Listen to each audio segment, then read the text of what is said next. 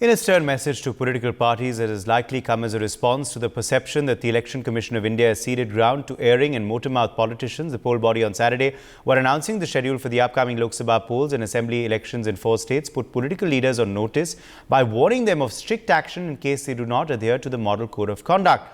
Chief Election Commissioner Rajiv Kumar issued a series of advisories to political parties, warning them of serious repercussions this time if they do not conduct themselves as per the Code of Conduct. He also stated these advisories will no longer be treated as mere words.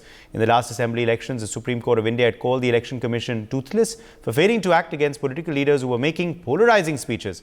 Later prodded by the Supreme Court's rebuke, which made the ECI realize its authority, the body barred from campaigning for political leaders the then Union Minister Maneka Gandhi, Uttar Pradesh CM Yogi Adityanath, BSP Chief Mayawati and Senior Leader of the SP Azam Khan for varying periods ranging from 48 hours to 72 hours. Will things change this time around is the big question. Professor Madhav Nalapath, Editorial Director of the Sunday Guardian, is joining us on the broadcast. Professor Nalapath, a strict warning by the EC, but will these words translate into action in the upcoming poll process? Well, the fact of the matter is that they should take into action, and there should be some individuals who have made examples of. Because the fact is that if you love India, you can't say I love only a part of India.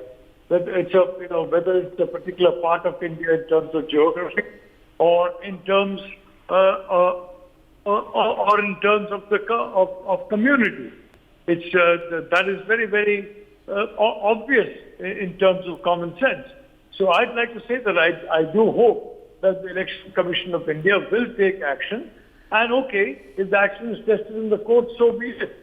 But action needs to be taken, including, if I may say so, if there is extremely vituperative language, if there is hateful language, incitement to violence, such individuals, in my view, the Election Commission should even consider basically barring them from elections, including the present election. I think it's very, very important to set a standard. It's very important there are red lines, but the difficulty is nobody follows them because there is no consequence to crossing them. There have to be clear consequences for crossing them, including the inability to stand in elections.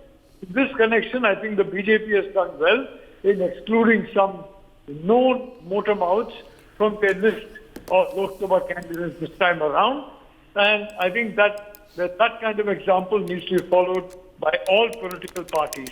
Especially, for example, there are some parties, for example, in Telangana, who basically, talk in a highly communalized manner. And I think this is bad. This kind of division of Indians in different communities is completely unacceptable. And political parties should all swear by when you're elected to Parliament, you're elected on behalf of an oath to the Constitution of India.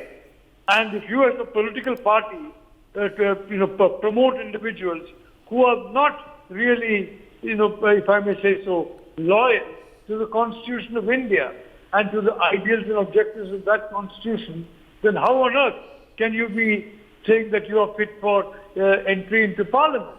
Parliament, after all, is a temple of democracy.